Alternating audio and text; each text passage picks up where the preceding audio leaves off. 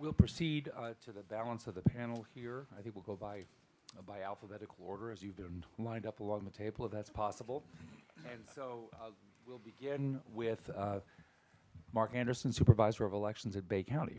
Thank you, sir, for being here today.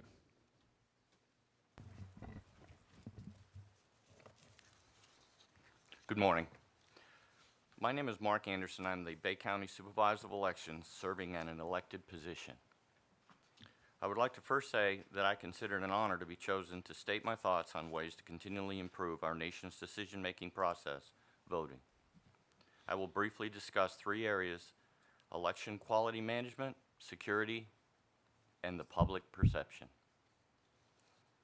Under election quality management, for 3.5 years, my office has been certified under the International Organization of Standards ISO 9001-2008 Quality Management System. My office is the only election office in the country with this certification. I have also been trained as an ISO 9001-2008 lead auditor. This certification quality management system is not a well-known or used program in the election profession. However, it is widely used by contractors providing vital equipment to our military and civilian bases.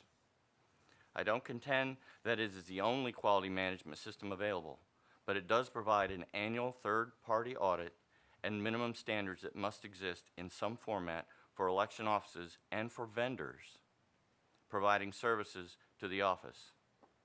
The system has provided a very useful path for my office as well as vendor performance to measure and improve performance and uniformity. My opinion is that if the approach to the elections is addressed as a not-for-profit business quality accountability program, some type of quality management system with minimum and maximum controls must exist. Improvements can only be obtained on the measurement of function, prevention, and worst-case failure or perceived failure of the right to vote and to have that vote properly counted or not counted. Without a beginning plan process, an election cannot occur, nor will it end without a planned expected performance. Public voter registration, process of voter registrations, continued update of registrations, election timelines and preparations, public testing, absentee voting, early voting, election day voting, 10-day overseas receiving, recounts, final certification, post-election audits, and finally, records retention. These are just a few of the processes that must have process uniformity. Without uniform process, measurement becomes difficult, if not impossible. Perfection is the overall goal and can never be obtained without uniformity of process.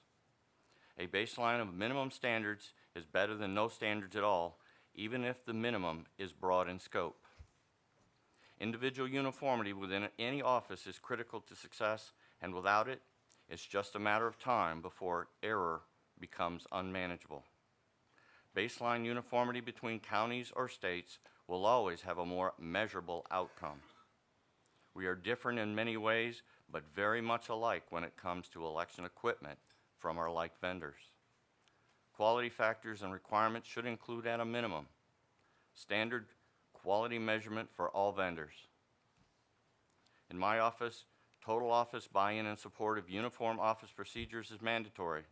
This ensures that input through a nonconformance, a meeting discussion for findings, and a determined corrective action allows all to be part of the solution. Written procedures detailed in all areas that can be used to train new personnel versus any individual resource or lack of resource if that individual is not available. Regular training and office communication must be in place at all times. No individual should ever be in place without a backup. A sole source individual is one family emergency away from failure to provide quality service to the public. Logistics, configuration management, quality control, quality assurance, and cost effectiveness should be a standard in the elections vendor industry. Spending more does not mean better efficiency. Compare cost to access. Caution should always exist with technology. When it is running without issue, you gain great results. However, failure of that high-volume system can and will result in catastrophic failure. I believe that any and all election offices and equipment vendors must have some type of quality management system in place. At a minimum, an elections office must have uniformity, quality control, and quality assurance from data to physical election systems.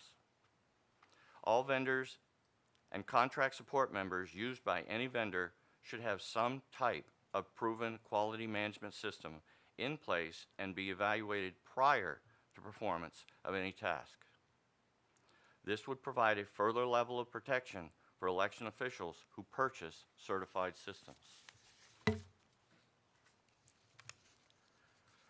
Under election security, security is never easy or convenient. A review of any completed project election should never be reviewed by the project manager in charge.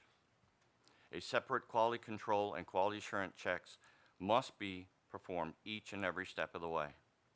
For example, staff responsible for coding or creating the ballot should never be involved in the final testing or the quality assurance verification. It is mandatory in my office that a two-person process quality assurance is performed using established standards. Area security risk assessment of the process mandatory, well in advance, never afterwards.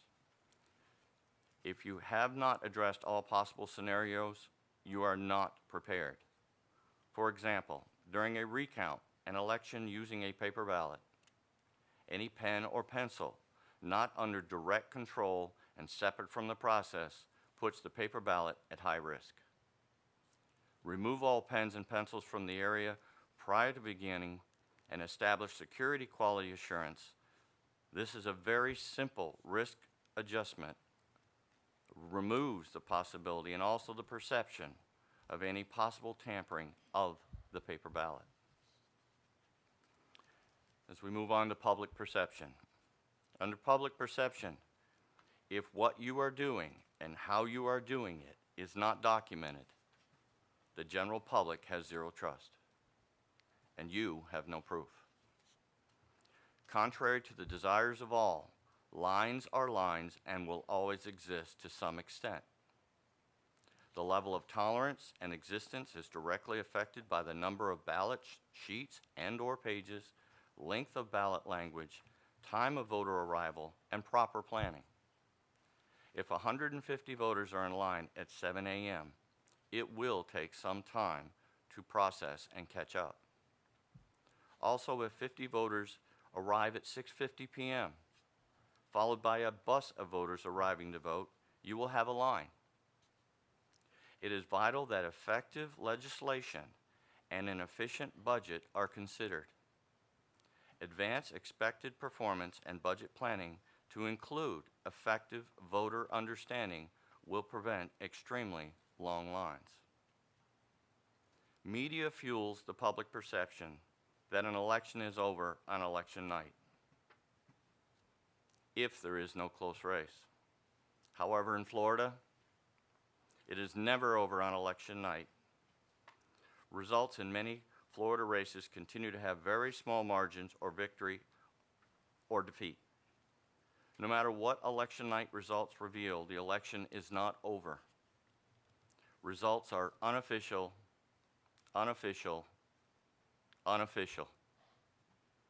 unaudited, and all election offices still have possibly thousands of provisional ballots to process.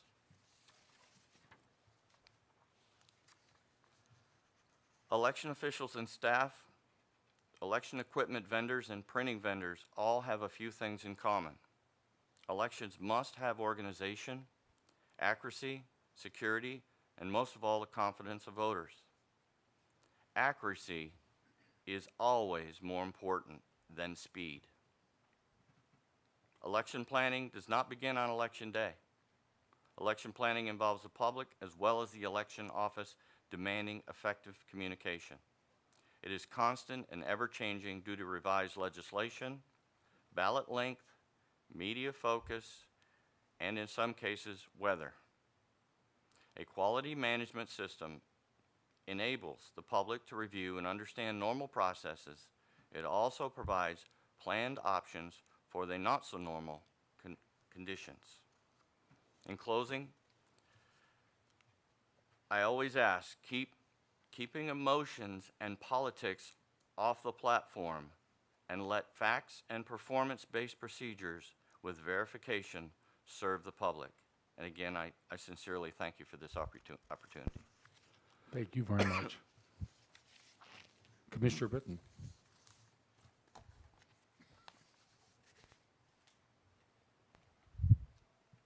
Thanks, Joe.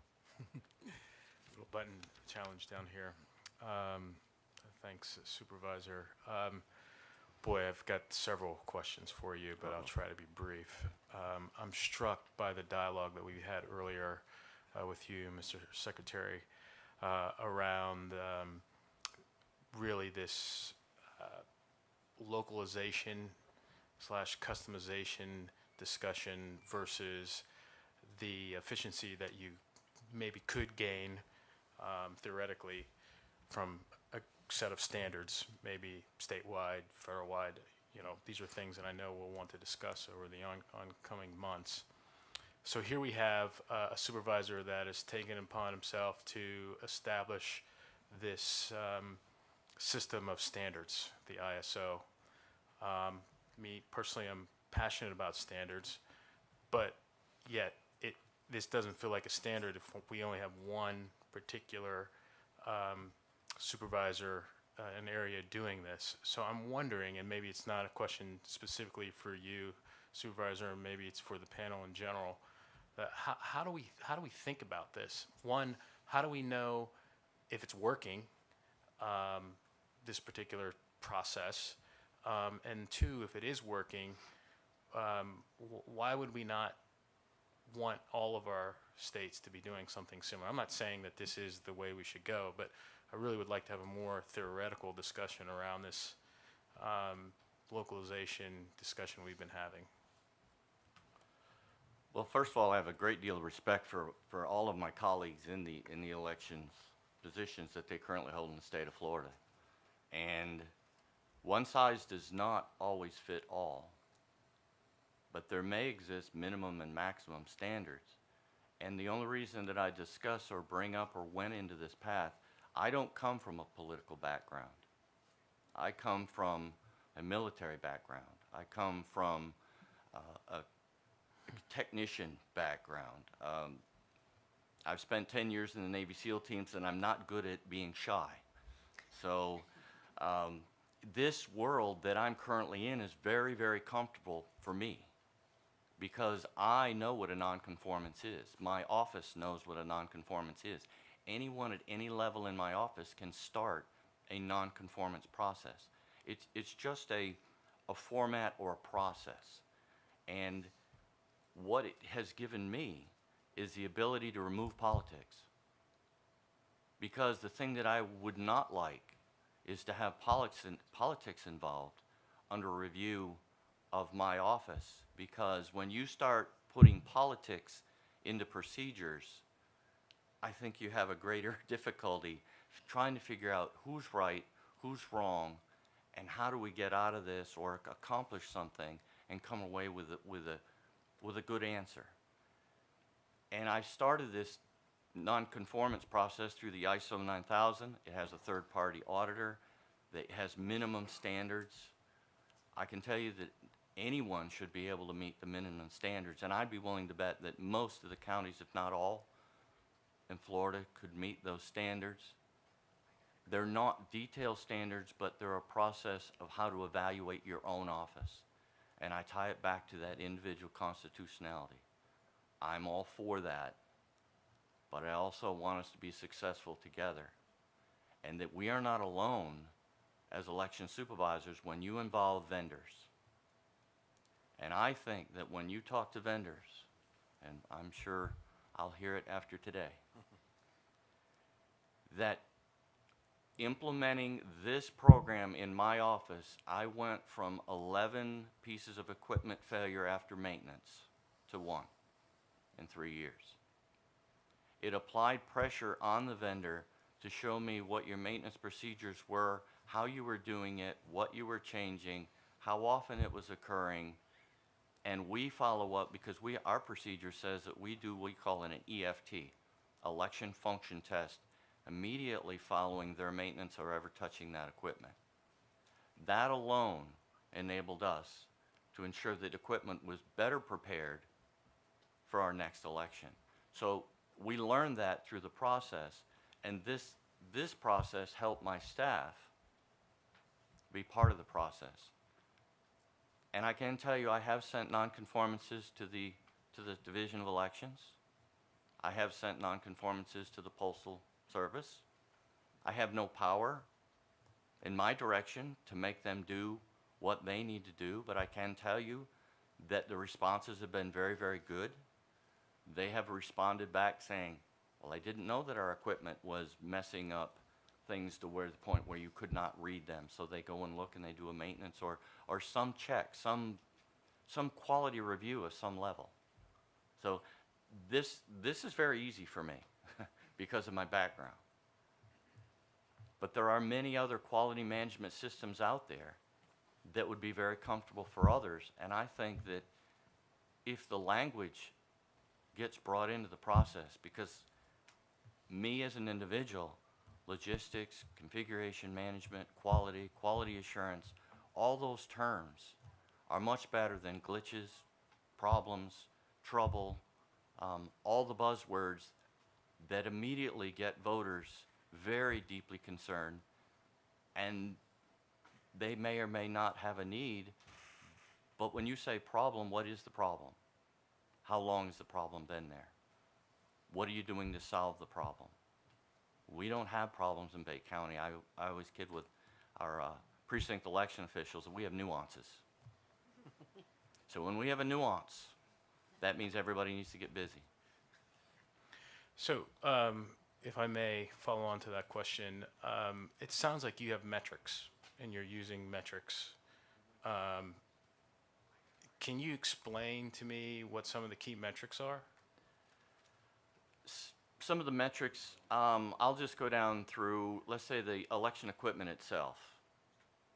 You have an audit log that prints out at the end of every election that you can do. You can gain a great deal of information from that audit log. We went through a 2-sheet, 4-page ballot for the first time in this last election and survived, I might add. But I can tell you there were some challenges. And we also have learned by going back and looking at those tapes how often different actions were taking place on a 2-sheet ballot versus a single-sheet ballot.